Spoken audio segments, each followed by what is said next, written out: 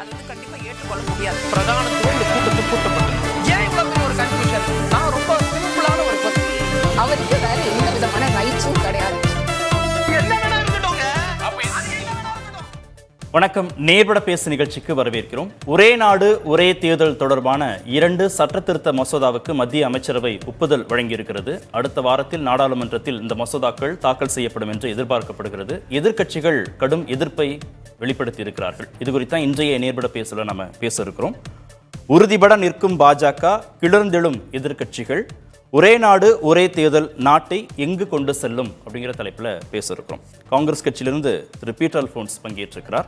திமுகவிலிருந்து பேராசிரியர் கான்ஸ்டன்டைன் ரவீந்திரன் இணைந்திருக்கிறார். பாஜகவிலிருந்து திரு சூர்யா இணைந்திருக்கிறார்.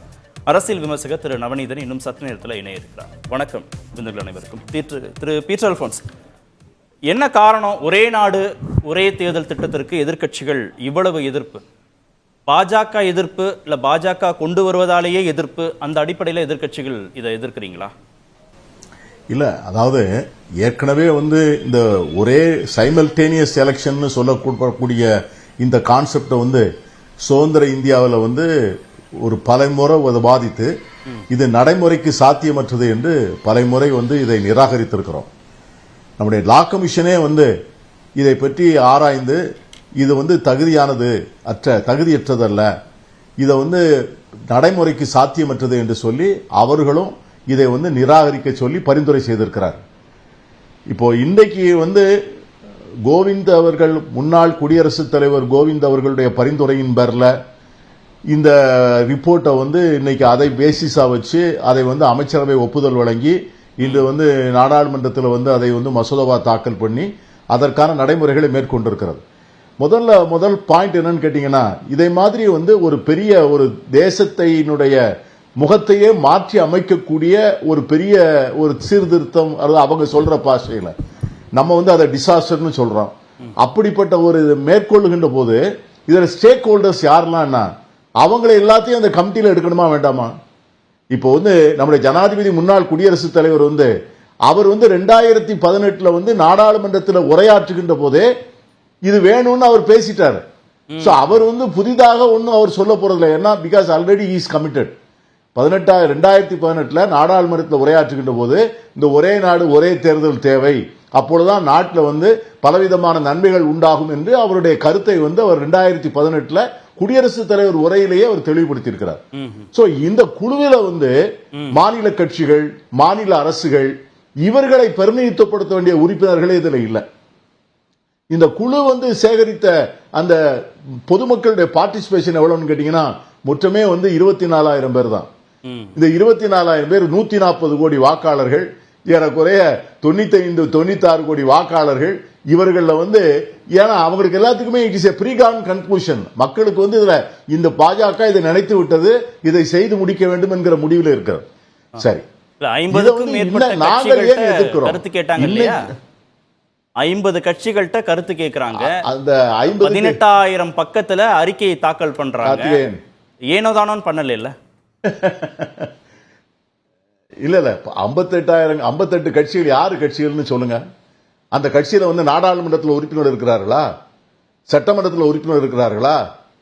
நீங்க நம்ம தமிழ்நாட்டில் அதுல பார்ட்டிசிபேட் பண்ண கட்சியெல்லாம் உங்ககிட்ட நான் சொன்னா அது சரியான இதா இருக்காது. எல்லாம் சிங்கிள் மேன் பார்ட்டி, ஒரு நபர் கட்சிகள். ஒரு நபர் கட்சிகளை நீங்க இவ்வளவு கட்சிகள் வந்துச்சுன்னு சொன்னா 58 கட்சிகள்னா யார்? குவாலிட்டியை சொல்லுங்க, குவான்டிட்டி வேண்டாம். 18,000 பக்கம் இருக்குன்னு சொன்னா கான்ஸ்டிடியூஷனை 10 தடவை எழுதுனா 18,000 பக்கம் வந்துடும். என்ன அதாவது கண்டென்ட் தான் இதான கண்டென்ட். ஒரே தேர்தல் நடத்தணும், பாராளுமன்ற தேர்தலோடு சட்டமன்ற தேர்தலை சிங்க்ரனைஸ் பண்ணிடணும். அதுதான் கான்செப்ட். அவ்வளவுதான். இதுக்கு தான் 18,000 பக்கம் இது. இதுக்கு என்ன காரணம் சொல்றாங்க அவங்க? இன்னைக்கு என்ன காரணம் சொல்றாங்க அப்படின்னா, இது செலவை மிச்சப்படுத்தும். ஆமா, நாட்டில் பெரும் பொருட்செலவு வருது, தொடர்ந்து தேர்தல் வருது. மொத்தத்திலே பாத்தீங்கன்னா பாராளுமன்ற தேர்தல் நடத்துவதற்கு நாம் 5 வருடத்திற்கு ஒரு முறை செலவு செய்கிற பணம் நம்முடைய ஒட்டுமொத்த நம்முடைய செலவினத்தில் 0.027% தான். 0.027% தான் நாம் வந்து எலெக்ஷனுக்காக வேண்டி செலவழிக்கிறோம். அதுவும் வந்து இந்த தடவை தான் வந்து அது 3400 கோடி ஆயிருக்கு. ஏன்னா அந்த விவிபேட் மிஷினை சேர்த்ததுனால. ஆனா விவிபேட் மிஷினை சேர்க்கறதுக்காக வேண்டி இவ்வளவு செலவு பண்ணிருக்கோமே, அந்த விவிபேட்ல வந்திருக்கிற அந்த ரிசல்ட்டை வந்து நம்ம கம்பேர் பண்ணி பார்த்திருக்கோம்னா கம்பேர் பண்ணி பார்க்கல. தேர்தல் சீர்திருத்தங்கள்னா எவ்வளவோ சீர்திருத்தங்களை செய்ய முடியும். இல்ல வேண்டாம், குவாலிட்டி ஆஃப் எலெக்ஷன் ஒரே நாடு ஒரே தேர்தல் வேண்டாம் அப்படின்னு சொல்வதற்கு ஏதாவது வலுவான காரணம் இருக்குல்ல? பாஜகவுக்கு உள்நோக்கம் இருக்கு, அதிபர் முறைக்கு இதை மாத்துது, பாஜகவே தொடர்ந்து ஜெயிக்கிற மாதிரியான ஒரு ஏற்பாடை கொண்டு வராங்க அதாவது அப்படின்னு பாஜக சென்ட்ரிக்காவே எதிர்க்கட்சிகளுடைய குற்றச்சாட்டு இருக்கே. இல்ல அதாவது முதல்ல வந்து இந்த இந்த இந்த கான்செப்டை வந்து இவ்வளவு தூரத்துக்கு ஊடகத்துல வாதத்துக்கு கொண்டாந்து பத்திரிகைகள்ல தலைப்புச் செய்தி ஆகிறதே வந்து divert the attention of the people. முதல்ல ஃபர்ஸ்ட் பாயிண்ட் அது. ரெண்டாவது பாயிண்ட் என்னன்னு கேட்டீங்கன்னா, அவர்கள் இதை கொண்டு வந்தார்கள் என்று சொன்னால் இன்னைக்கு என்ன நினைக்கிறாங்கன்னா, ஒரே தேசம் முழுவதும் ஆன் சிங்கிள் இஷ்யூல ஒரு எலெக்ஷனை ஃபைட் பண்ண முடியும்னு நினைக்கிறாங்க. ஓகே, நீங்க வந்து நாடாளுமன்ற எலெக்ஷன், சட்டமன்ற எலெக்ஷன், நம்முடைய கான்ஸ்டிடியூஷனே வந்து பேசிக்கலா ரெண்டு concept, totally different concept. Union government, a state government. இந்த state government is not subservient to the union government or under a master or a servant relationship. We are equal partners in progress and development. அப்படிப்பட்ட அந்த கான்செப்ட்ல இருக்கிற கான்ஸ்டிடியூஷனை இவங்க என்ன பண்றாங்கன்னா, they want to reduce the state government to municipalities. அதிகாரம் இல்லாத அமைப்பாக அதை மாற்ற நினைக்கிறார்கள். இவங்க சொல்றதுதான் கேட்கிறேன். இது வந்து every state government has got its own constitutional existence. அரசியல் சாசன சட்ட ரீதியாக ஒவ்வொரு மாநில அரசுக்கும் இருப்பதற்கான உரிமை இருக்கிறது, இருப்பதற்கான நியாயம் இருக்கிறது. And the basic concept of democracy வந்து election should be held whenever there is requirement. இல்ல ஒரே நாடு ஒரே தேர்தல் மூலமா இது எப்படி பாதிக்கப்பட போகுது? அப்பொழுதெல்லாம் தேர்தல் நடத்துவதுதான் ஜனநாயகத்திற்கு மிகப்பெரிய ஆதாரமான அவசியம். இல்ல ஒரே நாடு ஒரே தேர்தல் மூலமா நீங்க சொல்ற இந்த செட்டப் எப்படி மாறப்போகுது? சட்டமன்றத்திற்கு போட்டியிடக்கூடிய கட்சிகள் நாடாளுமன்றத்திற்கும் போட்டியிட போறாங்க, சட்டமன்றத்திற்கும் நாடாளுமன்றத்திற்கும் போட்டியிட போற கட்சிகள் உள்ளாட்சி தேர்தலையும் போட்டியிட போறாங்க, எல்லா கட்சியும் எல்லா தேர்தலையும் போட்டியிட போறாங்க. என்ன தேர்தல் ஒரே நேரத்தில் நடக்க போகுது, அவ்வளவுதானே வித்தியாசம். அதாவது இது வந்து நீங்க அப்படியெல்லாம் கார்த்திகேயன், நீங்க வந்து தேர்தல்ல நிக்கல, நீங்க நாங்கெல்லாம் தேர்தல்ல நின்னவங்க, களத்தை பார்த்தவங்க. ஒரே சின்னம், நாடாளுமன்றத்திற்கு ஒரு உறுப்பினருக்கு சின்னம், சட்டமன்ற உறுப்பினருக்கு சின்னம், பஞ்சாயத்து தலைவருக்கு சின்னம், பஞ்சாயத்து வார்டு உறுப்பினருக்கு சின்னம், இன்னும் சில ஊராட்சி சில மாநிலங்கள்ல பஞ்சாயத்து தேர்தலில் 8 சின்னத்துக்கு ஓட்டு போடணும், 8க்கும் ஒரே சின்னம். இப்ப நான் என்ன சொல்றேன் அப்படின்னா, நீங்க தேர்தல் சமயத்துல மக்கள் எப்படி வாக்களிக்கிறார்கள்னா, ஒரு உணர்வு பூர்வமான ஒரு இஷ்யூ வந்துட்டு வச்சுங்க. நீங்க கடந்த ஒரு தேர்தலில் புல்வாமால ஓட்டு போட்டோம். புல்வாமா எலெக்ஷன்ல ஓட்டு வருகின்ற போது என்ன ஆச்சு? அது வரைக்கும் அந்த எலெக்ஷன் ட்ரெண்டே வந்து மாறி போச்சு. இதை போல ஒரு பெரிய மத கலவரம் வருகிறது, ஒரு பெரிய வகுப்பு வெறி வருகிறது, ஜாதி வெறி வருகிறது. இதை போல மோதல்கள் வருகின்ற போது பஞ்சாயத்து போடா, மாநில அரசா, ஒன்றிய அரசான்னு பாக்குறது இல்ல. இதனாலதான் என்ன சொல்றோம்னு கேட்டீங்கன்னா, இன்னைக்கு பாஜகவுக்கு இருக்கக்கூடிய பொருளாதார பலம், அவர்களுக்கு இருக்கக்கூடிய தொழில்நுட்ப வசதி. நான் என்ன சொன்னேன், ஒரு மாநில அரசினுடைய ஒரு தேசத்தினுடைய எலெக்ஷனை நடத்துறதுக்கே 3500 கோடி தான். ஆனால் பாஜக வந்து 10,500 கோடி ரூபாய் தேர்தல் பாண்டிலே வசூல் பண்ணி வச்சிருக்கிறாங்க. ஒரு தேசத்திற்கு ஆகிற செலவை விட, தேசத்தினுடைய ஒட்டுமொத்த தேர்தலுக்கு ஆகிற செலவை விட 3 மடங்கு தொகையை அவர்கள் நன்கொடையாக வசூலித்து வைத்திருக்கிறார்கள். அதுல வந்து ஏறக்குறைய 6,000 கோடி ரூபாய் அனானிமஸ் டொனேஷன். யார் கொடுத்தான்னு அதை எங்க ஊர்ல சொல்லுவான், பரதேசி தபால்னு சொல்லுவான். யார் முகவரி இல்லாத, யார் கொடுத்தான்னு தெரியாத, ஏதோ வந்து உண்டியல்ல இருக்க வந்து போட்ட பணத்தை போல 6,000 கோடியை வசூல் செய்து வைத்திருக்கிறது, 10,000 கோடி வசூல் செய்திருக்கிறது. தேசத்தினுடைய எலெக்ஷனுக்கே 3,000 கோடி தான் தேவை. சரி, இந்த கட்சியோடு தான் போட்டி போடணும். அவங்க என்ன வச்சிருக்காங்க, இது ஒரே செலவா வச்சுக்கிட்டா, பஞ்சாயத்து போர்டுல இருந்து இந்த நாட்டை முழுவதும் முடிச்சுட்டா, இது வந்து ஒரே கட்சியினுடைய ஆட்சியை போயிடும். அதுக்கு பிறகு ஒரு அதிபர் தேர்தலுக்கு போயிடலாம்னு நினைக்கிறேன். சரி, ஓகே. அதனுடைய துவக்கம் தான் இது. இதுக்கு என்ன அவசியம் சொல்லுங்க? தேர்தல் அவசியம் என்ன? இதுக்கு செலவினங்கிறது பிரச்சனை இல்ல. ஸ்கீம்ஸ் என்ன சொல்றாங்க, ஸ்கீம்ஸ் நின்று போகுன்றாங்க. எந்த ஸ்கீமும் நிக்கிறது இல்ல. நீ மகாராஷ்டிரா எலெக்ஷன்ல தேர்தலுக்கு முதல் நாள் வரைக்கும் பணம் கொடுக்கறாங்க, தேர்தல் நடக்கிற போது அரசாங்கம் டோல் கொடுக்குது. ஆகவே எந்த திட்டமும் நிக்க போறது இல்ல. ஆன்கோயிங் ஸ்கீம்ஸ் நடக்க போகிறது. ஆகவே இது வந்து தேவையற்ற இது. நான் இன்னும் ஒரே ஒரு சொல்லி மட்டும் முடிச்சிடறேன். அதாவது இன்னைக்கு பாராளுமன்றம் வந்து தேர்தல் நடக்குது. பாராளுமன்ற தேர்தல் முடிஞ்ச உடனே 1.5 வருஷம் கழிச்சு இந்த பாராளுமன்றம் டிசால்வ் ஆயிட்டுன்னு வச்சுக்கோங்க. அப்ப என்ன செய்வீங்க? எத்தனை முறை தேர்தல் நடத்துவீங்க? 5 வருஷத்துக்குள்ள 3 முறை தேர்தல் நடத்துவீங்களா? ரெண்டாவது, ஒரு தேர்தலில் ஓட்டு போட்டவங்களுக்கு வந்து 5 வருஷம், இன்னொரு தேர்தலில் ஓட்டு போட்டவங்களுக்கு 2 வருஷமா? அது எப்படி வந்து ஆர்டிகல் 14 எப்படி சரியா வரும்? So these are all very big anomalies. ஆகவே இது சாத்தியமே இல்லாதது. இதை வந்து எதுக்காகன்னா மக்கள் டைவர்ட் பண்றாங்க, பரபரப்பாக மக்களை பதட்டத்தோடு வைக்கிறதுக்கு நினைக்கிறாங்க. திரு சுரே, எதிர்க்கட்சிகள் இவ்வளவு கடும் எதிர்ப்பை தொடர்ந்து வெளிப்படுத்தின பிறகும் அரசு ரொம்ப உறுதியாக சட்ட திருத்த மசோதாவை மத்திய அமைச்சரவை ஒப்புதல் பெற்றிருக்கிறார்கள். நாடாளுமன்றத்திலையும் தாக்கல் செய்ய போறாங்க. ஒரு மாற்றத்தை கொண்டு வர போறோன்ற போது ஒரு கன்சர்ன் அடிப்படையில் கொண்டு வர வேண்டிய தேவை இல்லையா? அரசாங்கம் பெரும்பான்மை அடிப்படையில் அமைஞ்சிருக்குன்னா கூட ஒரு கன்சர்ன் தேவையில்லை, எதிர்க்கட்சிகளுடைய கன்சர்ன் தேவையில்லைன்னு நினைக்கிறீங்களா? இல்லை, இப்போ இந்த நாடு முழுக்கவே எந்த திட்டம் கொண்டு வந்தாலும் பிஜேபி கொண்டு வந்தால் எதிர்க்கணும் அப்படின்ற ஒரு மனநிலை வந்துருச்சு. அதனால இப்போ காஷ்மீர் 370 நீக்கத்துக்கும் எதிர்ப்பு தெரிவித்தாங்க, எல்லாத்துக்குமே எதிர்ப்பு தெரிவிச்சுட்டு தான் இருந்தாங்க. இருந்தாலும் எங்களுடைய வாக்குறுதிகள் மக்களுக்கு 2014, 19, 24 கொடுத்தது வந்து இந்த ஒரே நாடு ஒரே தேர்தலை கொண்டு வருவோம்னு சொல்லிட்டு. இதுக்கு இப்போ திடீர்னு 2014 அப்புறம் தான் இதை பற்றி பேசுகிறோமான்னு பார்த்தீங்கன்னா அதுவும் கிடையாது. 98 எங்கள் ஆட்சி இருக்கும்போது லா கமிஷன் அமைத்ததாகட்டும், 2003ஆம் ஆண்டு அப்போது பிரதமராக இருந்த அடல் பிஹாரி வாஜ்பாய் அவர்கள் சோனியா காந்தி அம்மையாரிடம் இது குறித்த சாத்தியக்கூறுகளை பிரத்யேகமாக விவாதித்ததாகட்டும், 2009 எல்கே அத்வானி அவர் எதிர்க்கட்சி தலைவராக இருக்கும்போது மன்மோகன் சிங் அவர்களிடம் இது குறித்து பிரத்யேகமாக பேசி இதை நீங்கள் அமல்படுத்தணும்னு சொன்னதாகட்டும், இது நாங்கள் ஆண்டாண்டு காலமாக இதை அமல்படுத்தணும்னு சொன்ன ஒரு விஷயம் தான். ஆனால் இதில் ஒரு இன்ட்ரெஸ்டிங்கான விஷயம் என்னென்னா, 1983 இதை அமல்படுத்துவதற்கு தயார் பண்ணியது இந்திரா காந்தி அம்மையார் அவர்கள் தான். ஒருவேளை அவர்கள் 84 இறக்காமல் இருந்தால் ஒரு வேலை கொண்டு வந்திருக்கலாமா? இந்திரா காந்திட்ட ப்ரொபோசல் அவர்களுக்கு ஒரு எண்ணம் இருந்தது. அதன் அடிப்படையில் லா கமிஷனில் அதை தயார் பண்ணுறதுக்கு ஒரு குழு அமைத்தார்கள். ஒருவேளை அம்மையார் 84க்கு அப்புறம் அந்த படுகொலை நடக்காமல் இருந்திருந்தால் அவர்களே கூட இதை கொண்டு வரதுக்கு முயற்சி செய்திருக்கலாம். இப்போ ஐயா சொன்னார் 3000 கோடி தான் செலவாச்சு அப்படின்னு சொன்னார். 2014 தேர்தலில் இந்திய தேர்தல் கமிஷனுக்கு ஏற்பட்ட செலவு 3870 கோடி. இந்த தேர்தல் 2024 5800 கோடி ரூபாய் தேர்தல் கமிஷனுக்கு செலவாயிருக்கு. ஆனா இது முக்கியம் கிடையாது. இந்தியாவில் இருக்கக்கூடிய 31 மாநிலங்களுக்கு தேர்தல் நடக்கின்றன. இந்த 31 மாநிலங்கள் நீங்க ஆவரேஜ் பண்ணி பார்த்தீங்கன்னா ஒரு மாநிலத்திற்கு 2333 கோடி ரூபாய் செலவாகுது. அது இந்த கமிஷன்ல கொடுத்திருக்கக்கூடிய ரிப்போர்ட். அப்ப 31 மாநிலங்களுக்கு இந்த 2000 கோடியை நீங்க இன்டூ பண்ணி பார்த்தீங்கன்னா கிட்டத்தட்ட 60,000 கோடி ரூபாய் 5 ஆண்டுகள்ல அந்த மாநில தேர்தல் நடத்துறதுக்கு மட்டுமே தேர்தல் கமிஷன் செலவு பண்றாங்க. இல்ல இது அரசாங்கத்துக்கு ஏற்படக்கூடிய அரசாங்கத்துல முன்னாள் தலைமை தேர்தல் ஆணையர் திரு ஓபி ராவத் சொல்றது, இந்தியாவுடைய தேர்தலில் ஒரு வாக்காளருக்கு $1 அமெரிக்க தான் செலவாகுதுன்றார், 84 ரூபாய் செலவாகுதுன்றார். இல்ல இது நான் சொல்றது மாநில அரசு மத்திய அரசு ரெண்டும். இப்போ மாநில தேர்தலுக்கு மாநில அரசாங்கத்தோட கான்ட்ரிபியூஷன் இருக்கு, மத்திய தேர்தலுக்கு மத்திய தேர்தல் கான்ட்ரிபியூஷன் இருக்கு. இப்போ அட் த எண்ட் ஃபிகர் என்ன சொல்றோம்னா 5 ஆண்டுகள்ல தேர்தல் நடத்துவதற்கு மட்டும் இந்தியாவில் 60,000 கோடி ரூபாய் செலவாகுது. 4,000 கோடி வருடத்திற்கு சராசரியா 12,000 கோடி ரூபாய். எஸ்ஒய் குரேஷி சொல்றது 4,000 கோடி ரூபாய்.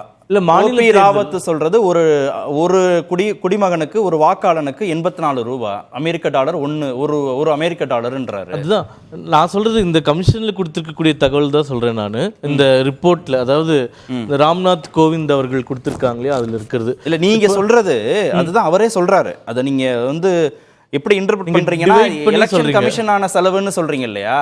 அவங்க அரசியல் கட்சிகள் செய்யக்கூடிய செலவாக சொல்றாங்க. அது அரசு செலவு கிடையாது. அது இந்த தேர்தலுக்கு அதுதான் 60,000 கூடியது 1,35,000 கோடின்னு சொல்றாங்க. இந்த 2024 தேர்தலில் இந்த அரசியல் தேர்தல் நிலையில கேண்டிடேட்ஸ் ஆகட்டும், கட்சிகள் ஆகட்டும், மற்றவர்களாகட்டும் எல்லாரும் ஸ்பெண்ட் பண்ணக்கூடிய பணம் அது.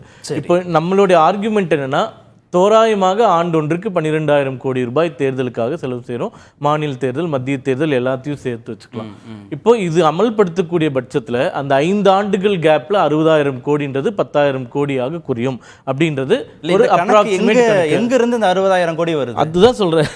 இல்ல இப்ப நீங்க இந்த 60,000 யாராவது ஒரு வருடத்திற்கு 12,000 கோடின்னு சொல்றோம் இல்ல, இதெல்லாம் எப்படி சொல்றீங்கன்னு கேக்குறேன். இது அவைலபிளா பப்ளிக்ல இருக்கக்கூடிய ரெக்கார்ட்ஸ் தான் சொல்றேன். யார் சொல்லிருக்கா? இந்த ரிப்போர்ட்ல இருக்கிறதாங்க சொல்றேன். ராம்நாத் கோவிந்த் அவர்கள் அறிக்கை சமர்ப்பிச்சிருக்காங்க இல்லையா, இதுல இருக்கிறது பிளஸ் வேரியஸ் அனாலிஸ்ட் அவங்க சொல்லியிருக்கக்கூடிய எல்லா தகவலும் ராம்நாத் கோவிந்த் அறிக்கையில வெரிஃபைடு இன்ஃபர்மேஷன் தான் நான் சொல்றேன். அதாவது பக்கத்துல இருக்குது சொல்லுங்க. நோட்ஸ் வச்சிருக்கேன் நான் சொல்றேன். பட் என்னோட பாயிண்ட் என்னன்னா இப்போ நான் 2 முன்னாள் தலைமை தேர்தல் ஆணையர்கள் சொல்றத கோட் பண்றேன். ஆமா, அவங்க கோட்ஸ் வந்து 2 பேரும் சொல்றதே வந்து 4000 கோடி தான் ஒருத்தர் சொல்றாரு, இன்னொரு நீங்க சொல்றது கரெக்ட். அது வந்து மத்திய தேர்தலுக்கு, மாநில தேர்தல்கள் இருக்கு இல்லையா, ஒரு மாநிலத்திற்கும் ஆண்டொன்றுக்கு தோராயமாக 5 to 8 மாநிலங்களுக்கு தேர்தல் நடக்கின்றன. இந்திய தேர்தல்களுக்கு தான் சொல்றாரு அவர். எல்லா தேர்தலையும் நடத்துறதுக்கே 4000 கோடி தான் செலவாகுதுன்றாங்க. அதாவது இல்ல இந்த பாராளுமன்ற தேர்தலுக்கு மட்டும் 2024ல இப்ப ஐயா சொன்னார் இல்லையா 3800 கோடி, அது வந்து 2014 ஃபிகர்.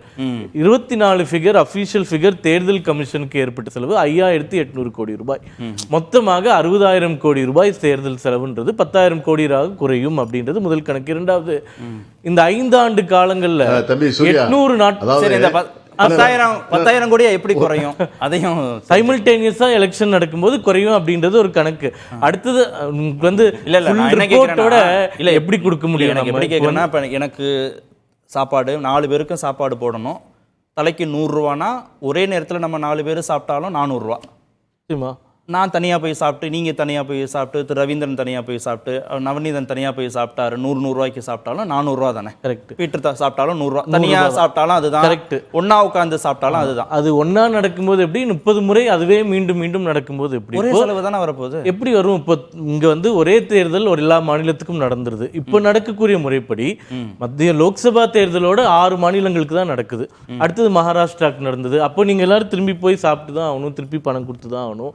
அதுக்கு முன்னாடி ஹரியானா நடந்தது, அடுத்தது டெல்லி நடந்தது, அதுக்கப்புறமா பீகார் நடக்கும். ஒரு தேர்தலுக்கும் நம்ம டெப்ளாய் பண்ணிட்டு இல்லை. இதுல என்ன அவங்க கணக்கு சொல்றாங்கன்னா, முன்னாள் தலைமை தேர்தல் ஆணையர்கள் இந்தியாவில் பயன்படுத்தக்கூடிய மின்னணு வாக்குப்பதிவு இயந்திரம் ஒன்றின் விலை சுமார் 17,000 ரூபா. விவிபேடோட விலை வந்து ஏறக்குறைய இதே போல தான் இருக்கு. இந்த நிலையில ஒரே நாடு ஒரே தேர்தல்னு திட்டத்திற்காக சுமார் 15 லட்சம் புதிய மின்னணு வாக்குப்பதிவு இயந்திரங்களும் புதிய விவிபேட்டும் வாங்கணும். அதுக்கு 3-4 ஆண்டுகள் ஸ்டோர் பண்றதுக்கு இடம் வேணும். இதுதான் செலவை கூட்ட போகுதுன்னு அவங்க சொல்றாங்க. அது ஒன் டைம் எக்ஸ்பெண்டிச்சர். அது ரிக்கரிங்கா உங்களுக்கு 5 ஆண்டுகளுக்கு ஒரு முறை தான் தேர்தல்னு வரும்போது அந்த முழு கட்டமைப்பு, இப்போ எலக்டோரல் ரோல்ஸ் ப்ரிப்பேர் பண்ணுறது ஒரு எக்ஸாம்பிள் வைத்துக்கொள்ளலாம்.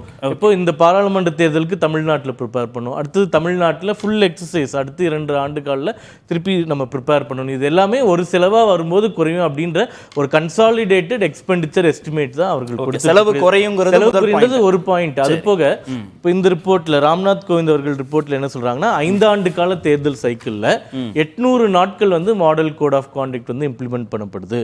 லோக்சபாவை தவிர்த்து ஒரு மாநிலத்துக்கும் எடுத்து அதுல பாலிசி பேராலிசிஸ் வருது அப்படின்னு சொல்றாங்க. இது எல்லா தலைவர்களும் பல காலகட்டங்களில் வைத்த விஷயங்கள் தான். உதாரணமா சமாஜ்வாதி கட்சி எடுத்துக்கோங்களேன். அவர்கள் இந்த திட்டத்துக்கு இதற்கு முன்பு ஆதரவு தெரிவித்திருந்தவர்கள் இப்போ பிஜேபியினுடைய கோல வச்சதுனால அது வேணான்னு சொல்றாங்க. இந்தியன் யூனியன் முஸ்லீம் லீக் அவர்கள் வந்து ரெக்கக்னைஸ்டு பார்ட்டி. 2018 இதே காங்கிரஸ் கட்சியினுடைய சுதர்சன நாச்சியப்பன் அவர்கள் தலைமையில் ஒரு பாராளுமன்ற குழு அமைக்கப்பட்டு ஒரே நாடு ஒரே தேர்தல் சாத்தியமான்னு படிக்கும்போது இந்தியன் யூனியன் முஸ்லீம் லீக் அவர்களுடைய அஃபிஷியல் ரெப்ரசன்டேஷன் வந்து இந்த நடைமுறை வந்து நாட்டுக்கு நல்லது அப்படின்ற கருத்தில் அவங்க அப்பா ஆதரவு தெரிவிச்சாங்க. இப்போ வந்து எதிர்ப்பு தெரிவிக்கிறாங்க. அதனால அரசியல் நிலைப்பாடுகள் மாற மாற நிறைய விஷயங்கள் மாறும். இப்போ இந்த நடைமுறை அமல்படுத்தினா பிஜேபிக்கு கூட பெரிய பிரச்சனைகள் வரலாம். அதாவது இப்போ பீட்டர் அல்ஃபோன்ஸ் அவர்கள் சொன்ன மாதிரி ஒரு சென்டிமெண்ட் வந்து அகெயின்ஸ்டா வரும்போது எல்லா மாநிலங்களையும் இழக்கிறதுக்கு கூட வாய்ப்புகள் இருக்கு. ஆனா இப்போ காஷ்மீரில் 370 நீங்கள் நீக்கினதுனால காஷ்மீரில் ஜெயிச்சிங்களா அப்படின்னு கேட்டீங்க. காஷ்மீரில் ஜெயிக்க மாட்டோம்னு எங்களுக்கு தெரியும். ஆனால் இருந்தாலும் நாங்கள் ஒரு கமிட்மெண்ட் 50 ஆண்டு காலமாக கட்சி நடத்திட்டு இருக்கோம், இந்த கொள்கைகளை வலியுறுத்திட்டு இருக்கோம். இப்போ காஷ்மீரில் நாங்கள் ஜெயிக்கலனாலும் பரவாயில்ல, இந்த நாட்டுக்கு நல்லதுன்றதுனால 370 நீக்கணும், அதை அமல்படுத்தணும். இப்போ இந்த ஒரே நாடு ஒரே தேர்தலும் அதே மாதிரி தான். இல்லை, இதனால ஜனநாயக கட்டமைப்பு பாதிக்கப்படும். நாடாளுமன்றம், சட்டமன்றம், உள்ளாட்சி அமைப்புகள் வருகிற போது ஒவ்வொரு தேர்தலுக்கும் வெவ்வேறு விதமான பிரச்சனைகள் பேசப்படும். பிராந்திய கட்சிகளுக்கான முக்கியத்துவம் இதன் மூலமாக குறைக்கப்படும். மாநிலத்தின் குரல்களே இருக்காது, கொஞ்ச நாள்ல மாநிலங்களே இருக்காது. இதெல்லாம் அவங்க வெளிப்படுத்தக்கூடிய அச்சமா இருக்கு. அவர்களுடைய அச்சம் நியாயமா கூட இருக்கலாம். பட் டெமோக்ரஸின்னு வரும்போது அதாவது 51-49 தான், அதை தான் நம்ம அமல்படுத்த முடியும். அந்த மாதிரி ஒரு சூழ்நிலை தான் நம்ம வாழ்ந்துட்டு இருக்கோம். இப்போ ஒரே ஒரு உதாரணம் சொல்றேன். மத்திய விவசாயத்துறை அமைச்சர் வந்து நேற்று ஒரு மீட்டிங்ல சொல்றாரு, ஃபஸ்ட்டு பாராளுமன்ற தேர்தல் நடந்தது, அடுத்தது ஹரியானா எலெக்ஷன் இருந்தது, அடுத்தது மகாராஷ்டிரா எலெக்ஷன் இருந்தது. கடந்த 6 மாதத்தில் என்னால் வேலையே செய்ய முடியல. அதாவது அமைச்சரக ரீதியான வேலையை செய்ய முடியல. எனக்கு வந்து தொடர்ந்து அரசியல் பணிகள், கேம்பெயின்ஸ் இதுவே நடந்துட்டுருக்கு. அப்போ கவர்னன்ஸில் வந்து எங்களால் அட்டென்ஷன் கொடுக்க முடியல அப்படின்னு சொல்கிறாங்க. இது மாநில அரசுகளுக்கும் பொருந்தும். இப்போ எங்கேயாச்சும் ஒரு இடைத்தேர்தல் வருதுன்னு வச்சுக்கோங்களேன், அப்போ மொத்த அரசு இயந்திரமும் அங்கே போய் செயல்படுது. தமிழகத்திலே நம்ம பார்த்துருக்கோம். அடுத்தது உள்ளாட்சி தேர்தல்னு வரும்போது அந்த தேர்தலை நோக்கி 3 மாத காலம் அரசு இயந்திரம் முழுவதுமாக தேர்தல் நோக்கியே போயிட்டு இருக்கிறதுனால மக்களுக்கு செய்யக்கூடிய விஷயங்கள் வந்து பாதிப்பு. அது தேர்தல் வியூக வகுப்பாளர் திரு யோகேந்திர யாதவ் வந்து யோசனை சொல்றாரு. 2 விதமான மாற்றங்கள் மூலமாகவே இந்த பிரச்சனையை எளிதா சமாளிக்க முடியும். 6 மாதத்திற்குள்ளாக எலெக்ஷன் நடத்தணும் கட்டாயம்ன்றத 1 வருஷத்திற்கு உள்ளாக நடத்தலான்னு ஒரு சட்ட திருத்தத்தையும், அதே மாதிரி நலத்திட்டங்கள் பணிகள் எதுவும் தேர்தல் நேரத்தில் பாதிக்கப்படாதுங்கிற மாதிரியான ஒரு சட்ட திருத்தத்தையும் கொண்டு வந்துட்டாலே போதுமானது. ரொம்ப எளிதா இதை சரிப்பட வார்த்தையிலே சொல்றேனே, சாதாரண மாத்திரைகளால் குணப்படுத்த முடிகிற இந்த ஜனநாயக நோய்க்கு எதற்கு ஒரே நாடு ஒரே தேர்தல் என்ற அறுவை சிகிச்சை அப்படின்னு இது வந்து இப்போ இவ்வளோ இப்போ முதல்ல ஒன்று சொல்ல விரும்புகிறேன். இப்போ பீட்டர் ஐயா சொன்னார் காங்கிரஸ் கட்சியை கலந்தாலோசிக்கலன்னு. இந்த கமிட்டியில் வந்து குலாம் நபி ஆசாத் அவர்கள் இருந்தார். ஆதிர் ரஞ்சன் சௌத்ரி அவர்களை வந்து இந்த கமிட்டியில் ஒரு மெம்பராக ஜனாதிபதி அவர்கள் அறிவித்திருந்தார்கள். ஆனால் அவர்கள் வந்து இதில் எங்களுக்கு உடன்பாடு இல்லைன்னு அந்த கமிட்டிக்குள்ளேயே வராமல் அவங்க விலகி போயிட்டாங்க. கமிட்டி அமைச்சது பாரபட்சமாக இருக்குன்னு வெளியே போனார். இல்லை, ஒரே நாடு ஒரே தேர்தல் தொடர்பாக கருத்து கேட்புல பிரச்சனை இல்லை. முதல்ல அவங்களுக்கு இந்த குழு அமைக்கப்பட்டதுல போதிய பிரதிநிதித்துவம் எல்லோருக்குமானதாக இல்லை. அரசியல் தலைவர்கள் அதில் யாருமே இல்லை. அதாவது ஹோம் மினிஸ்டர், லா மினிஸ்டர், அவ்வளோதான் இந்த பக்கம். அந்த பக்கம் எதிர்க்கட்சி தலைவராக இருந்த அதிர் ரஞ்சன் சௌத்ரி அவர்களுக்கு வாய்ப்பு கொடுக்கப்பட்டது. மீண்டு பேர்ல எக்ஸ்பர்ட்ஸ் தான் என்.கே. சிங் ஆகட்டும், சுபாஷ் கஷ்யப் ஆகட்டும், சஞ்சய் கோத்தாரி அவர்களுக்கட்டும், நிதின் சந்திரா ஆகட்டும். இதில் வந்து பிஜேபி காரர்களை போட்டு பண்ணல. இது எல்லா கமிஷன்களையும் எல்லா ஸ்டடீஸ்லையும் இந்த மாதிரி ஒரு ஸ்டாண்டர்டான கமிட்டி அமைக்கப்படுவது இயல்பு தான்.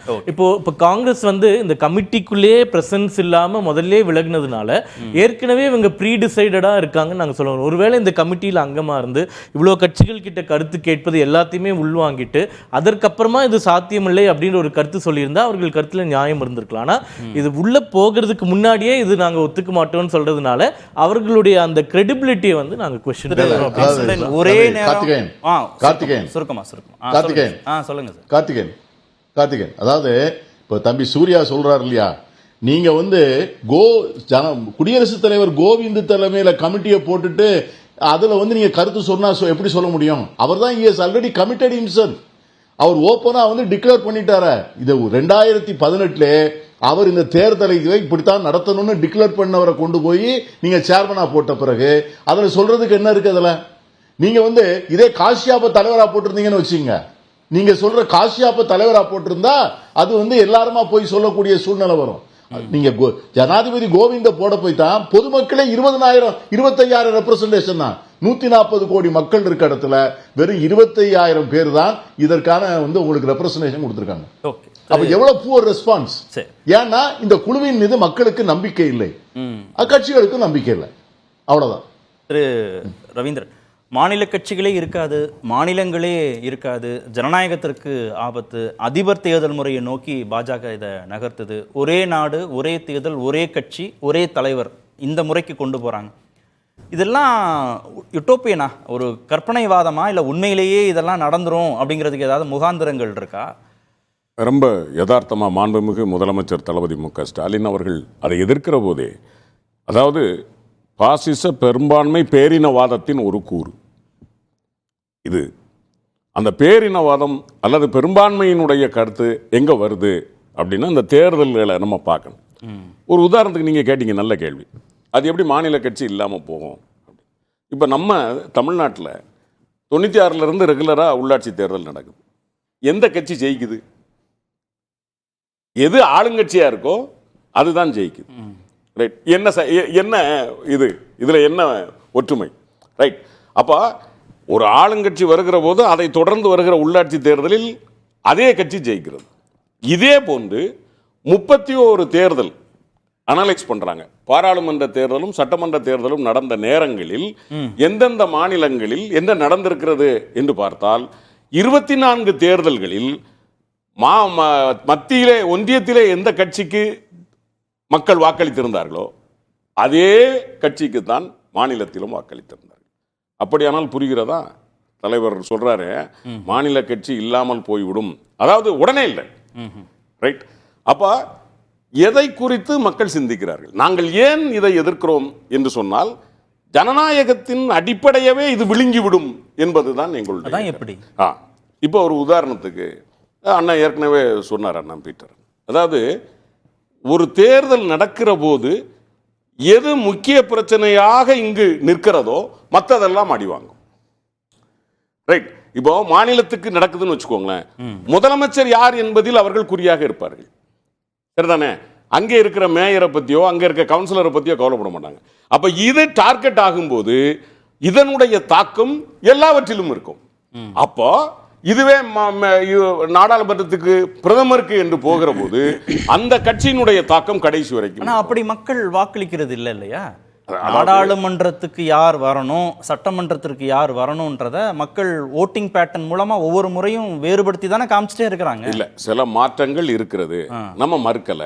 ஆனால் இதற்கான வாய்ப்பும் இருக்கிறது அப்படிங்கறதான். ஏன் சொல்றேன்னா, நீங்க இன்னைக்கு நம்ம பார்க்கிற, நான் தான் ஏற்கனவே சொன்னதை போல மேலிருந்து ஒரு பேட்டர்ன் அங்க ஒர்க் அவுட் ஆகுது. பெரும்பாலான இடங்களில் பாருங்களேன், பெரும்பாலும் ஒன்றியத்திற்கு எதற்கு வாக்களித்தார்களோ அதற்கு தான் மாநிலத்துக்கு இருக்கும். கொஞ்சம் 1-2 இடங்கள், ஒரு 6 ஸ்டேட் மாறும்.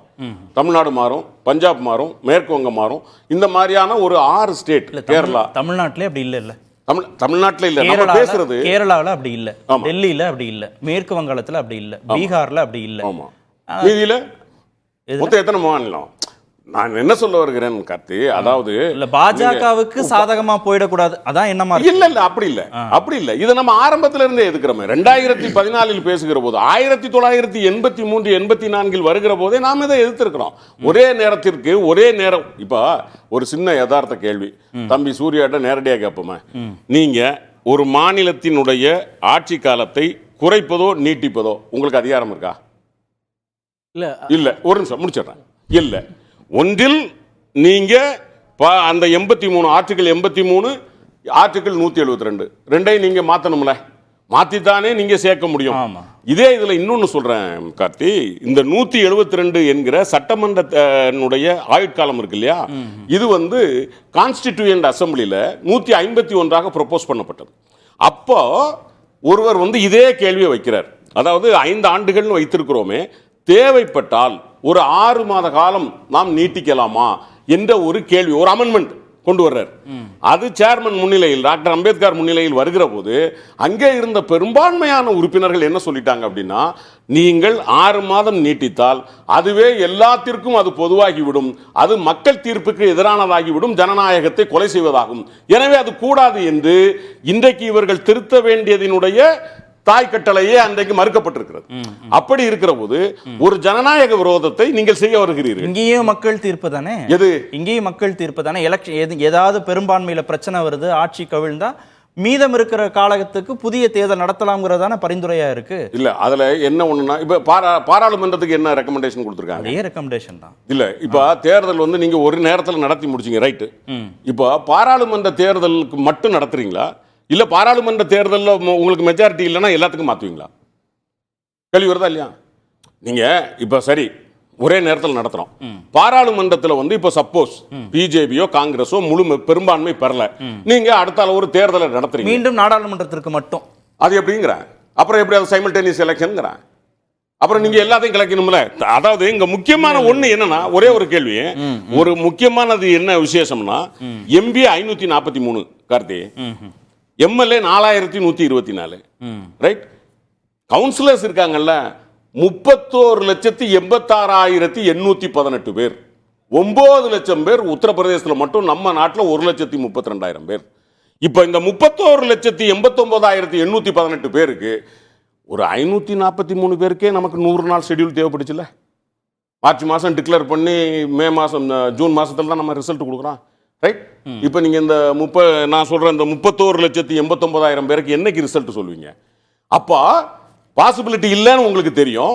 இன்னைக்கு நீங்கள் மீண்டும் இதை கொண்டு வந்திருப்பது எதற்காக என்றால், அதானியின் பிரச்சனை அங்கு கொழுந்து விட்டு இருக்கிறது, அதுல இருந்து மடைமாற்றம் செய்யணும். இதுக்கு மடைமாற்றத்திற்கு கரெக்டா கொண்டு வந்து உங்களுக்கு தெரியும் இத சரி, இப்ப இதை மாற்றணும்னா இவங்களுக்கு 2/3 மெஜாரிட்டி வேணும். பாராளுமன்றத்தில் இவங்களுக்கு மொத்தம் எத்தனை பேர் இருக்கு? 293 பேர், 300 பேர். நேத்து காலையில யோசிச்சு நேத்து சாயங்காலமே அவங்க என்ன இது கையில இருக்குல்ல, வாங்கிட்டாங்க. இது நேத்து இல்லல்ல, இது கையில இருக்குது தானே தம்பி. கவி, நான் என்ன சொல்றேன் கார்த்தி, கையில இருக்கு. இப்போதைக்கு இருக்கிற சூழ்நிலையில இதை ஆஃப் பண்ணணும். எதை தூக்கி போடுறது? ஒரு நாடு ஒரு தேர்தல் தூக்கி போட்டாங்க. இப்போ நம்ம அதானியை விட்டுட்டு இங்க வரோம். இதுதான் அவங்களுடைய நோக்கம். ரவீந்திரன் அந்த விட்ட இடத்துல இருந்தே ஒரு கேள்வி நான் வரேன். திரு சூர்யா, பத்திரிகையாளர், மூத்த பத்திரிகையாளர் திரு அரவிந்த் சிங்ன்றவருடைய பேட்டி அவர் சொல்லியிருக்கார். அவர் உள்ளாட்சி தேர்தலும் முடிச்சதுனால நான் சொல்றேன், தற்போதைய அரசு 100 நாட்களில் உள்ளாட்சி தேர்தலை நடத்துவது பற்றி பேசுகிறது. இது தவிர எந்த மாநிலத்தில் ஆட்சி கவிழ்கிறதோ அந்த மாநிலத்தில் மீண்டும் எஞ்சிய காலத்திற்கு சட்டப்பேரவை தேர்தல் நடைபெறும். அதாவது ஒரே நாடு ஒரே வரி என்று அழைக்கப்படும் ஜிஎஸ்டி போல இருக்கும். ஆனால் நாம் சுங்க வரி, வருமான வரின்னு பல வகையான வரிகளை செலுத்துகிறோம் அப்படின்னு அவர் கம்பேர் பண்ண. அதாவது பார்க்கறதுக்கு ஒரே நாடு ஒரே தேர்தல்ங்கிற மாதிரியான ஒரு தோற்றம். ஆனால் அப்படி இல்லை. ஆனால் இதற்கு ஒரே நேரத்தில் நடந்துரும், பணம் கம்மியாக செலவாகும், நிர்வாக ரீதியாக கட்டமைப்பு பலப்படும், தேர்தல் நடத்தை விதிகள் அமலில் இருக்காததுனால ஸ்கீம்ஸ்லாம் எந்த விதமான தடைகள்லாம், இதெல்லாம் ஒரு விதமான ஒரு கவர்ச்சிகரமான வாதங்களாக முன்வைக்கப்படுதா பாஜக தரப்புல இருந்து? இல்லை, அதாவது அவர் சூர்யா சொன்ன பாயிண்ட் தான். இது என்னமோ பிஜேபி இப்போ இதை கொண்டு வந்த பாயிண்ட்ன்றது கிடையாது. இந்த ஒன் நேஷன் ஒன் எலெக்ஷன் அந்த போர்ட்டல்லே இதுக்கு முன்னாடி எவ்வளோ அறிக்கைகள் கொடுக்கப்பட்டுள்ளது. அதாவது first report, annual report of election commission India 1983 இதை பற்றி ஹைலைட் பண்ணி பேசியிருக்காங்க. அதுக்கப்புறம் லா கமிஷன் ரிப்போர்ட், தொடர்ந்து கிட்டத்தட்ட 7 அறிக்கைகள் வந்திருக்கு. இந்த 7 அறிக்கைகளும் அப்போ பொய்யா? அப்போ இவ்வளோ இப்போ இருக்கிற கமிட்டி விட்டுருங்க. இப்போ நீங்கள் நீங்கள் சொல்லக்கூடாது பாஜக சார்ந்த கமிட்டியாக இருக்கும், இல்லை இதுக்கு முன்னாடி இருந்த ஆளுமைகள்லாம் யாருன்றது உங்களுக்கும் தெரியும். இண்டிபெண்டன்ட் பாடிஸாக தான் அவங்க அனலைஸ் பண்ணி எப்படி கொடுத்துருக்காங்கன்றது.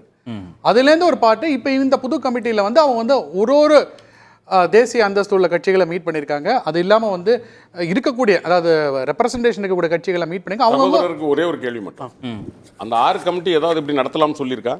ரெக்கமெண்டேஷன் கொடுத்திருக்காங்க. அவங்க எல்லாம் கொடுத்திருக்காங்க. கொடுத்தனால தான அது நடத்தலாம்னு ஏதாவது ஒரு கமிட்டி கொடுத்திருக்காங்க. நவநீதன் சார் இல்ல, நான் என்ன சொல்றேன், நீங்க கமிட்டி போட்டீங்க, கமிட்டி ரிப்போர்ட் கொடுத்து நான் மறுக்கல. நீங்க சொன்ன மாதிரி 83ல 98ல அப்புறம் 99ல அதுக்கப்புறம் 2008 அதுக்கப்புறம் 2014லையும் நம்ம 17லையும் பேசியிருக்கோம். நான் மறுக்கல. ஏதாவது ஒரு கமிட்டி இப்படி நடத்தலாம் அப்படின்னு ரெக்கமெண்டேஷன் கொடுத்திருக்கா? நடத்தலாம் சொல்லுங்க. இல்ல சுதர்சன நாச்சியப்பன் அவர்கள் கமிட்டியே நடத்தலாம் சொல்லி அதுக்கு எப்படி சொல்லிருக்காங்க பாருங்களேன். நடத்தலாம் கொடுக்கவே இல்லை. ஃபைனல் கன்க்ளூஷன் ஒரு மாதிரி இருக்கும். பட் அவங்க அந்த கமிட்டியோட சாராம்சம் என்ன, இதுதான் அவங்க அதை பேஸ் பண்ணி தான் அவங்க எடுக்கிறாங்க. அந்த இறுதிக்கட்ட சாராம்சம் நடத்தலாம்னு சொல்றாங்க. நடத்தலாம் இருக்கு. அது அவங்களோட இன்டர்பிரேஷன். எந்த கமிட்டி அப்படி சொல்லுது? இல்ல நடத்தலாம்னு சொல்லவே இல்லை கார்த்தி. 6 கமிட்டியும் பார்த்திருக்கோம். அந்த ரிப்போர்ட் ஃபுல்லா படிச்சிருக்கு. சுதர்சன் நாச்சியப்பன் அவர்கள் கமிட்டி ஒரே நாடு ஒரே தேர்தல் அனைத்து மாநிலங்களுக்கும் நடத்துறது கஷ்டமா இருக்கும். ஆனா அவங்க என்ன ப்ரப்போஸ் பண்றாங்கன்னா 2.5 ஆண்டுகளுக்கு ஒரு முறை தேர்தல் அப்படின்ற ஒரு ப்ரொபோசல் கொடுத்திருக்காங்க. அவங்க கொடுத்தது கமிட்டி கொடுத்தது. ஒண்ணு ரெண்டாவது இப்ப நீங்க கேட்டீங்க இல்லையா, சூர்யா கேட்ட ஒரு கேள்வி கேட்டீங்க, இந்த ஒரே ஹோட்டல் நான் சாப்பிட்டா 100 ரூபாய், நீங்க சாப்பிட்டா 100 ரூபாய், நான் அதை நீங்க அப்படியே கரெக்டா நீங்க அப்ளை பண்ணி பார்க்கணும்னா ஒரே டைம்ல 4 பேர் சாப்பிட்டா இந்த ஹோட்டல்காரருக்கு எவ்வளவு செலவு கம்மியாகும், சாப்பிட்றவங்களுக்கு எவ்வளவு கம்மியாகும். 4 பேர் 4 டைம்ல போய் சாப்பிட்டாதான் 100 ரூபாய் ஆகுது. ஒரே டைம் லஞ்ச் டைம்னு ஒன்று வச்சு இந்த லஞ்ச் டைம்ல இந்த பரிகாரம் தான் இருக்கு அப்படின்னு சொன்னீங்கன்னா அப்ப 50 ரூபா அப்படி இல்ல காஸ்ட். அதுதான் காஸ்ட். அப்படி இல்ல.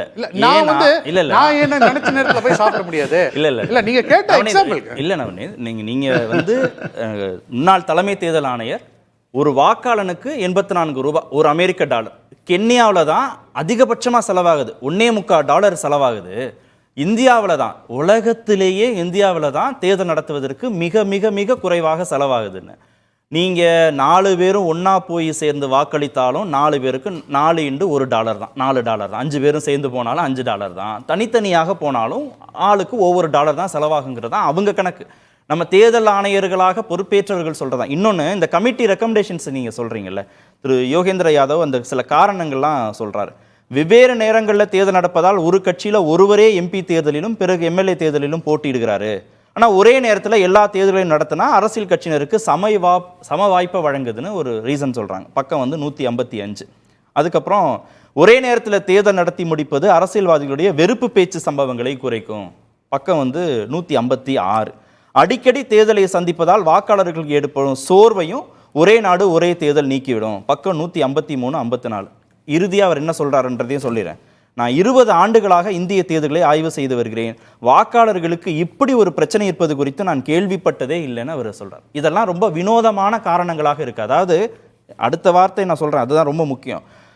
ஒரு பள்ளி குழந்தை ஒன்று தங்கள் பள்ளியின் அறிவியல் ப்ராஜெக்டுக்காக ஏதோ ஒன்றை உருவாக்கிவிட்டு அதன் பலவித பயன்கள் பற்றி விவரிக்குமே, அதை ஞாபகப்படுத்துகிறது இதுன்னு. அதாவது முடிவு செஞ்சுட்டு அதுக்கு சப்பை கட்டு கட்டுற மாதிரியான பல்வேறு வினோதமான காரணங்களை இந்த குழு சொல்லுது அப்படின்னு அவர் சார். இந்த குழு இன்னும் கிளியர் கட்டா அவர் பீட்டர் அல்ஃபோன்ஸ் சொல்ற மாதிரி இந்த வேலிடிட்டி இப்போ இருக்கக்கூடிய மாநில அரசுகளோட வேலிடிட்டியோ இல்லை பாராளுமன்றத்தில் இருக்கக்கூடிய வேலிடிட்டியோ அவங்க இன்னும் சொல்லலை. அது சொன்னா அதுல நமக்கு ஏதாவது அதுல மாற்று கருத்து இருக்குன்னா நம்ம இந்திய காலத்துக்கு மட்டும் அதெல்லாம் நம்ம டிபேட் பண்ணலாம். இந்திய காலத்துக்கு மட்டும் தான் தெரியல. அவங்க இன்னும் அந்த கட் ஆஃப் என்னன்றதை அவங்க கொடுக்கல. ஏன்னா இதுக்கு முன்னாடி உமன்ஸ் ரிசர்வேஷன் பில் அமல்படுத்த வேண்டியது இருக்கிறது.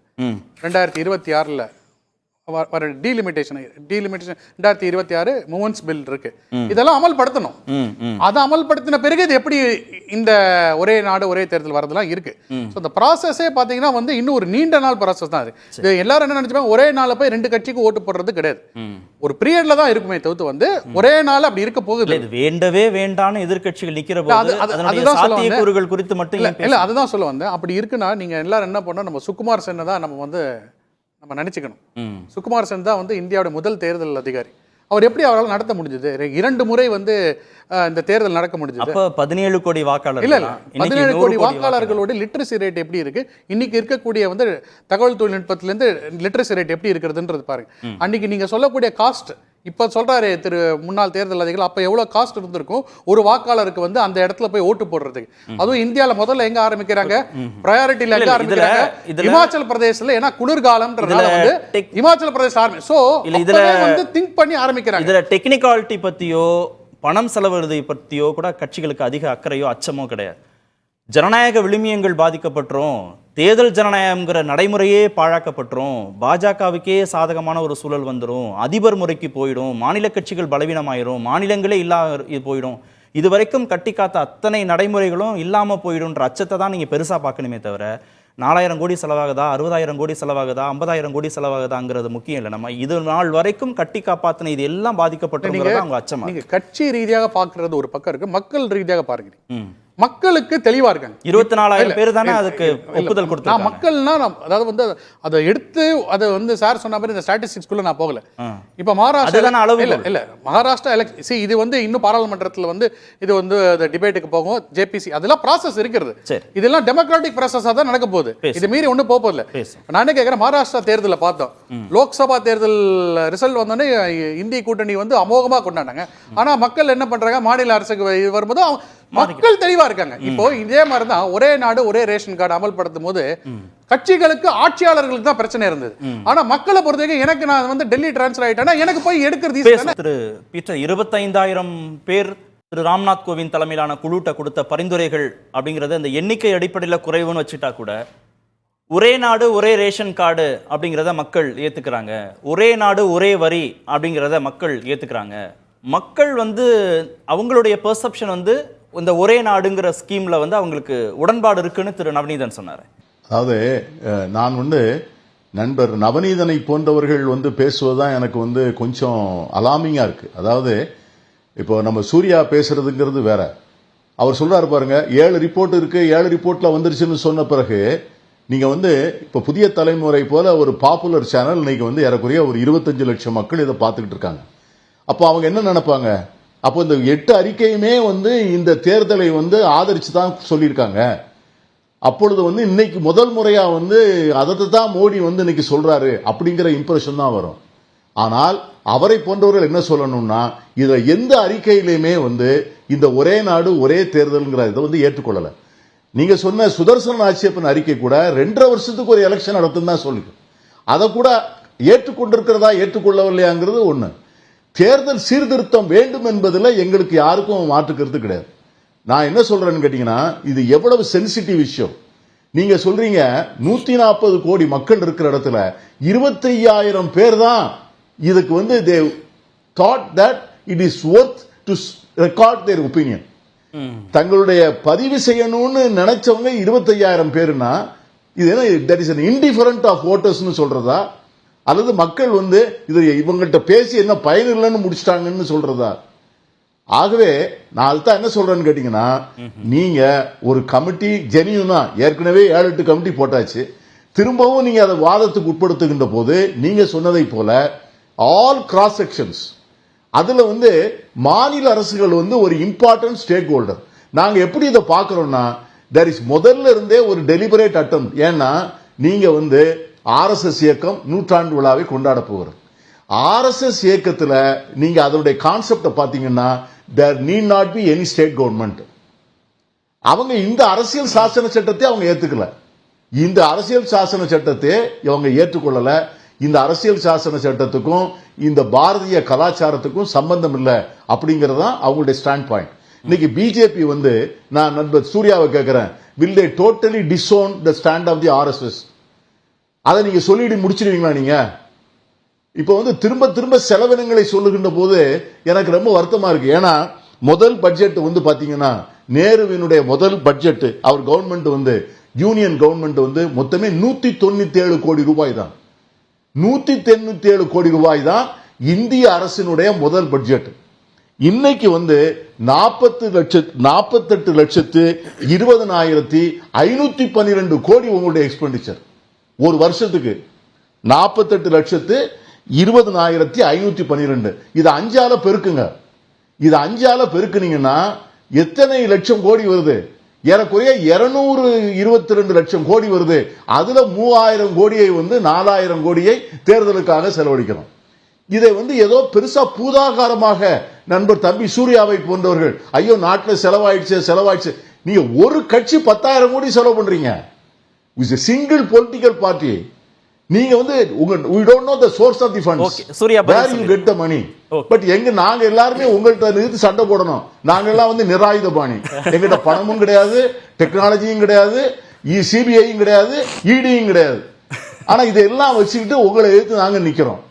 இந்த சமயத்துல நீங்க என்ன நினைக்கிறீங்கன்னா, மாநில அரசுகள் பாஜகவை நம்பி பாஜகவை விரும்பி நன்கொடையாளர்கள் கொண்டு போய் பணத்தை குவிக்கிறாங்க. அது பாஜக தப்பு இல்லையே.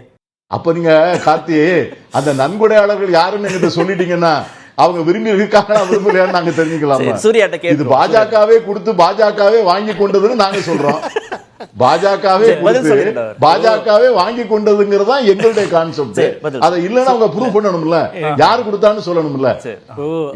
அதனால நான் என்ன சொல்றேன் அப்படின்னா, இந்த சொல்லுங்க சூர்யா பதில் சொல்லட்டும், நேரம் குறைவா இருக்கு. என்ன சொன்னீங்க? இல்ல இப்போ 6000 கோடி ரூபாய் மீண்டும் எங்களை பொறுத்த வரைக்கும் முடிங்க 6000 கோடி ரூபாய் நான் என்ன சொல்றேன், மாநில தேர்தல்கள் 5 ஆண்டுக்கு ஒரு முறை அவங்க பட்ஜெட்ல ஒரு 0.012% செலவு பண்றாங்க. ஒன்றிய அரசு அவங்களுடைய பட்ஜெட்ல 5 வருஷ பட்ஜெட்ல 0.027% செலவு பண்ணும். There's a money is not at all a problem. ஆகவே இது எந்த வகையிலையும் இது ஏற்றுக்கொள்ளக்கூடிய வாதமே இல்லை. சப்ஜெக்ட் போகாம 6000 கோடி ரூபாய் எலக்டோரல் பாண்ட்ஸ் மூலமா பிஜேபிக்கு வந்திருக்கக்கூடிய நன்கொடை. காங்கிரஸ் இல்ல 6000 கோடி ரூபாய் எலக்டோரல் பாண்ட்ஸ். 10,000 கோடி வந்திருக்கு. 1500 கோடி வந்திருக்கு. காங்கிரஸ்க்கு 1500 கோடி ரூபாய் வந்திருக்கு. இதே 2013-12 போய் பாத்தீங்கன்னா இதே ப்ரொபோர்ஷன்ல காங்கிரஸ்க்கு அதிகமா நன்கொடை வந்திருக்கும், பிஜேபி கம்மியா வந்திருக்கும். அது புரிந்து கொள்ளக்கூடிய ஒரு விஷயம் தான். அதனால இது பூதாகரமா அவங்க பிரிவுல கிடையாதுங்க. 2012 இந்த கான்செப்டே கிடையாது. தப்பா சொல்லாதீங்க. அதுக்குள்ள போகல. 2012 எலக்ட்ரல் பாண்ட்ஸ் எங்க இருந்தது? அவர் பதில் சொல்லி நன்கொடைகள் கொடுக்கப்பட்டு அதை விடுங்க. இப்போ இது கான்ஸ்டன்டைன் என்ன சொன்னாரு, நாங்க முதல்ல இருந்தே எதிர்த்துட்டு தான் வருவோம்னு சொல்லிட்டு, தமிழகத்துல ஒரே நாடு ஒரே தேர்தலில் முதல்ல அமல்படுத்தியதே கருணாநிதியா தான். ஐயாவுக்கு தெரியும். 1972 வர வேண்டிய தேர்தல் இந்திரா காந்தி அம்மையார் ஒரு வருடம் ப்ரீபோன் பண்ணதுனால கருணாநிதி அவர்களும் அசம்பிளியை ஒரு வருடம் ப்ரீபோன் பண்றாரு. அப்ப இது நிறைய டிவிகளில் நான் படிச்சிருக்கேன். இது ஐயா எழுதுன நெஞ்சுக்கு நீதி புத்தகம். அதில் அவரே சொல்றாரு, இன்றைய சட்டப்பேரவைக்கு இன்னும் ஓராண்டு காலம் தொடர்ந்து பதவியில் நீடிக்கலாம் என்பது உண்மை. ஆனால் ஆண்டுதோறும் மக்கள் மாறி மாறி தேர்தல்களை சந்திக்கும் நிலையால் ஆட்சி இயந்திரம் சரிவட செயல்படாது இருக்கலாம். எடுத்த கொள்கை முடிவுகளை ஆட்சி இயந்திரத்தின் வாயிலாக நிறைவேற்ற முடியாத தேக்க நிலை ஏற்படவும் பொதுமக்களுக்கு சங்கடங்களை உருவாக்கும் வழிவகுக்கும் என்று கருதுகிறேன் இப்படின்னு கருணாநிதி சொல்லியிருக்காரு. முதல்ல இம்ப்ளிமெண்ட் பண்ணியிருக்காரு. இன்ட்ரெஸ்டிங்காக இறுதி பாயிண்டா கூட வைத்துக் கொள்ளுங்கள். இன்னைக்கு கார்த்திகை தீபம்.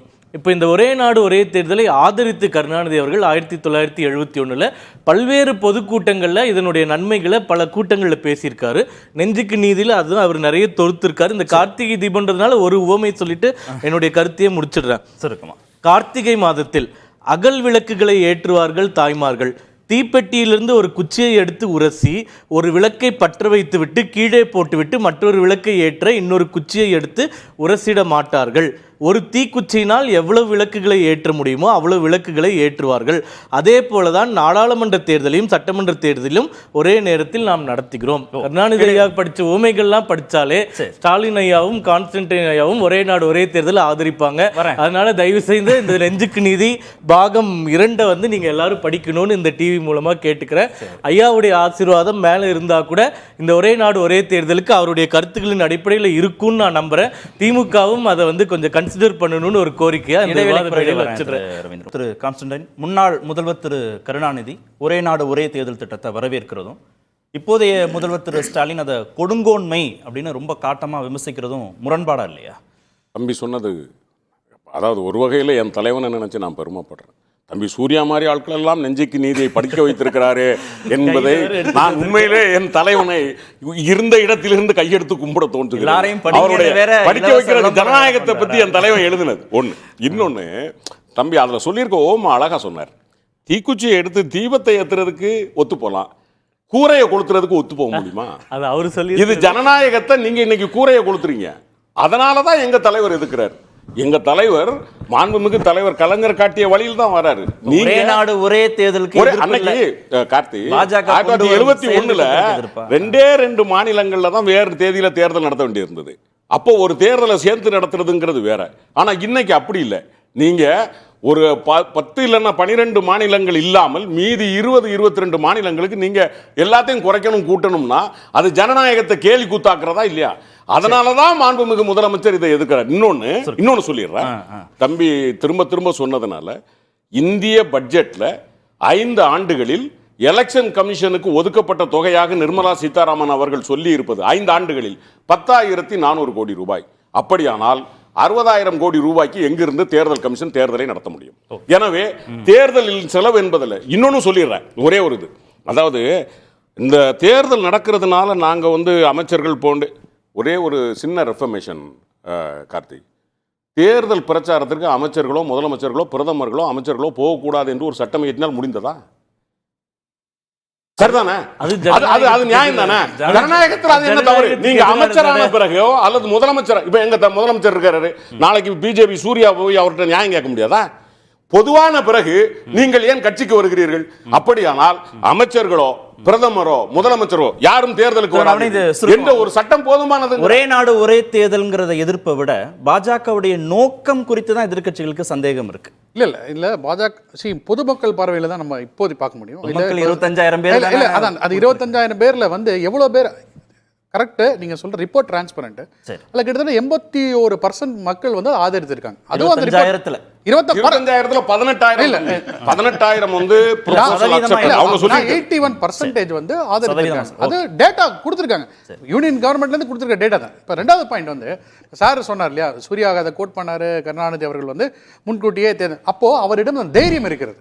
நான் வந்து முன்கூட்டியே நான் தேர்தல் நடத்தினா கூட எங்களுக்கான வரக்கூடிய வாக்கு நாங்க மீண்டும் ஆட்சியில் வருவோம். அவர் அந்த ரிஸ்க், அங்க தைரியம் இல்லாமல் பேசுவது என்பது அவருக்கு அந்த ரிஸ்க் செயல்படுத்தும் பாஜக அரசு மீது உங்களுக்கு நம்பிக்கை இல்ல, அவ்வளவுதான். அந்த திமுக மேல அவருக்கு நம்பிக்கை இருக்கிற தேர்தல்ல வரும். சார் நான் இப்ப என்ன கேக்குறேன், ஒரு வருஷம் ஒரே ஒரு எந்த கட்சி இல்ல நீங்க தைரியம் சொல்றீங்க, அடுத்த வருஷம் தேர்தல் நடந்தா மட்டும் திமுக தேர்தல் பிரச்சனை, பிஜேபிக்கு இதான் பிரச்சனைன்ற, பிஜேபி ஆளக்கூடிய மாநில பிரச்சனை. ஆனா அந்த ரிஸ்க் எடுக்கிறாங்க அவங்க. ஓகே நன்றி. நிகழ்ச்சியில் பங்கேற்ற அனைத்து விருந்துகளுக்கும் நேர்பட பேச நிறைவு பெறும்.